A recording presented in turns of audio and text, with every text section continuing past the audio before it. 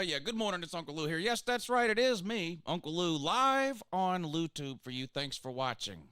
Really appreciate it also. And two, this is Uncle Lou After Dark, the college football call-in show, and we do this every Tuesday and Thursday night, year-round. No such thing as the off-season here. Nope. Off-season is for casual fans, and I just can't relate.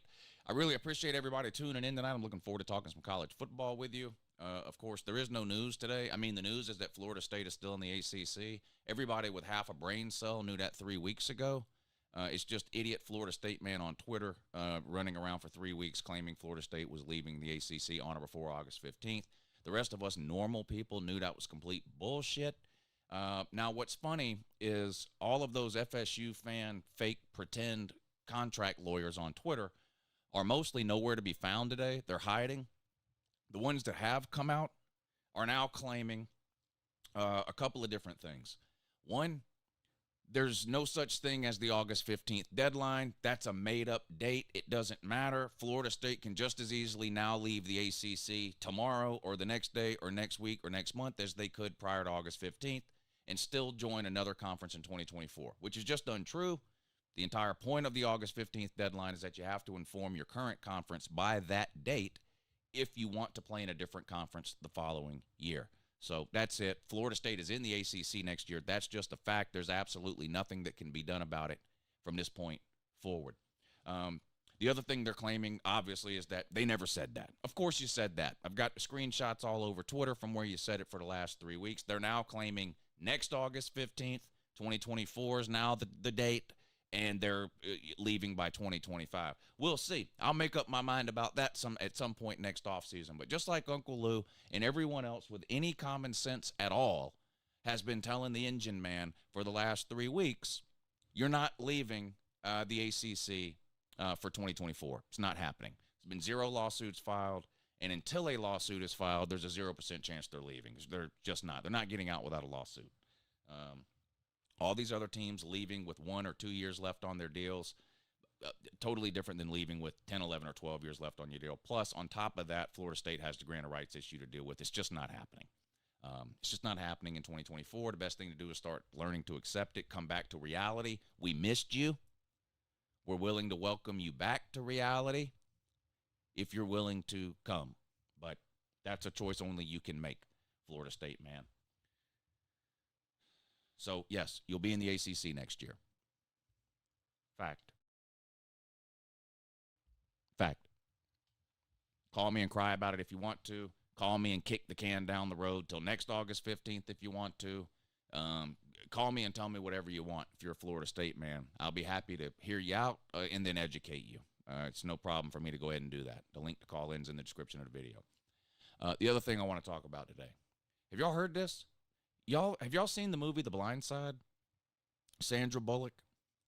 It's the story of Michael Orr, who went on to play for Ole Miss and then, I believe, the Baltimore Ravens in the NFL, but maybe a couple of different NFL teams. Anyway, have you seen the movie? Sandra Bullock is married and has a couple of kids that go to this high school. There's a kid at the high school, Michael Orr, who kind of doesn't fit in, comes from a kind of a rough family situation. Sandra Bullock's family takes him in out of the kindness of their heart, you know, supposedly adopts him, feeds him, clothes him, all this stuff out of nothing but the kindness of their heart. What a surprise. He ends up going to Ole Miss, ends up going to the NFL. Turns out the whole thing is fake. Turns out the whole thing is make-believe. The whole thing is fake. This is unbelievable to me. I didn't see this coming. It was all a giant recruiting scam. Can y'all believe that? Did anyone else already know that? I didn't know that until, I think yesterday I read it. It all came out yesterday. Or maybe it was today. I had no idea. The whole thing is made up. It was a recruiting scam by this rich white family to get Michael Orr to Ole Miss. Unbelievable. Unbelievable. Sandra Bullock won a fucking Oscar for that. Sandra Bullock won an Oscar for that, I think. It's a good movie. It's still a good movie. Even now that I know the whole thing is fake and made up, it's still a good movie. But it was presented to us as a true story. It's not true. It was a recruiting scam. Yeah, I didn't mean to do that. I didn't mean to do that. Hey, Florida State man, shut the fuck up. The whole blindside thing was completely made up. Now there's some big lawsuit. I don't know what's gonna happen. It's just a big mess now. But it's unbelievable. The whole thing was a made up. It was just a giant recruiting scam to get Ole Miss or to get Michael Orr to Ole Miss. Unbelievable. Unbelievable. The other thing that's going on, kind of in the world of college football, but outside of play on the field, is this betting scandal that I guess has been uncovered at Iowa and Iowa State. Um, and it seems like every day now, a new story is coming out about someone associated with Iowa or Iowa State. In a lot of cases, players associated with Iowa or Iowa State betting on college football games. In some cases, betting on their own team against their own team. Was it an Iowa player or Iowa State player?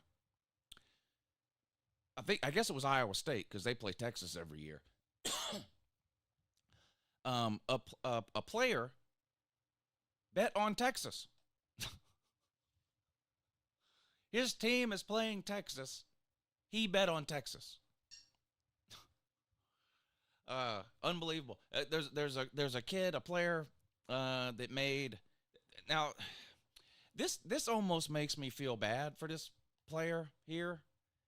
He made like 110 bets for a total of $800. Hey, that's an average of $8 per bet. What are you doing? This is alarming that all this is coming out. I need to look into it some more. I'm not sure how all of this got uncovered to start with, but there's a big investigation going on now into both of these schools, Iowa and Iowa State, involving players betting on college football. And here's my sort of 2 cents on it for whatever it's worth. You can't have anything to do with gambling if you're involved with a sports team. You just can't.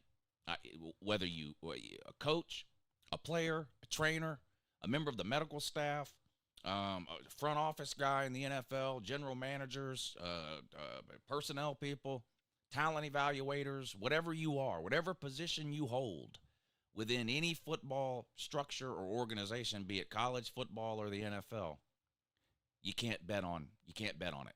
Period. You can't bet on that sport. Period. That's my stance on it. I think it should be a lifetime ban if you're caught doing it.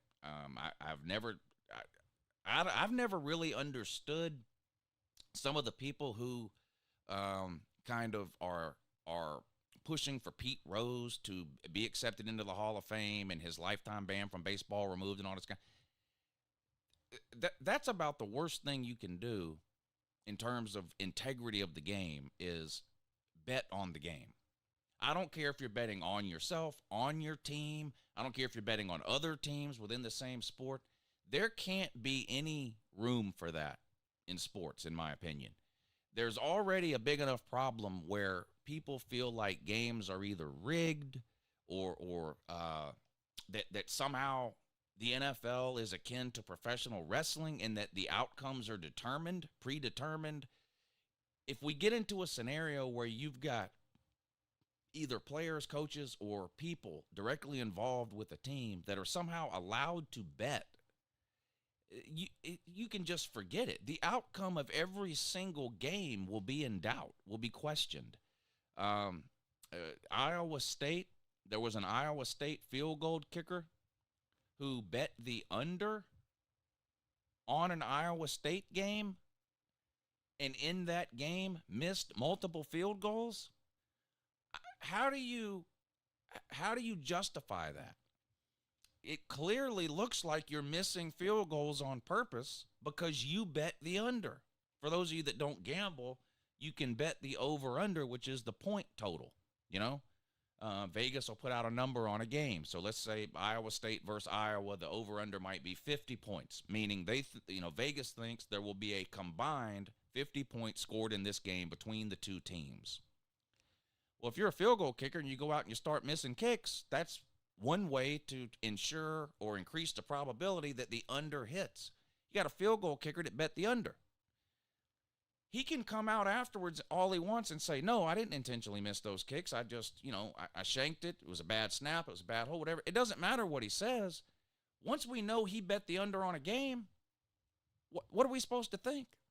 You can't have this in sports, in my opinion. And I'm a little surprised at the number of people that I'm hearing argue the opposite point. That, oh, well, gambling's legal now, or it's becoming legal. It's getting legal in more and more states every year. Lots of things are legal that you can't do in certain places or situations, right? I mean, if you're over 21, drinking is legal. You can't drink at work. I could go on and on. Weed is legal in Colorado. There are certain instances, certain situations in Colorado where you can't smoke weed, right? So I don't know. I just think this is I think this is something that needs to be gotten a hold of quickly. And I don't for a minute think that Iowa and Iowa State is the only place where this has been going on. I'm only singling them out because they're in the news right now because a bunch of people associated with Iowa and Iowa State have been busted for gambling. If they put the microscope across the country from team to team, I am 100% positive they'll find more instances and more cases of this. So something needs to be done. An example needs to be made. I just don't think there's any room at all for gambling on a sport you're involved in any way.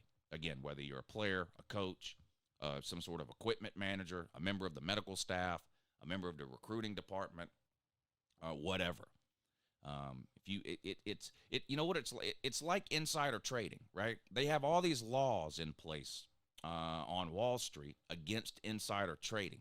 You can't take information that's available only to you because of the position you hold and then use that information to play in the stock market.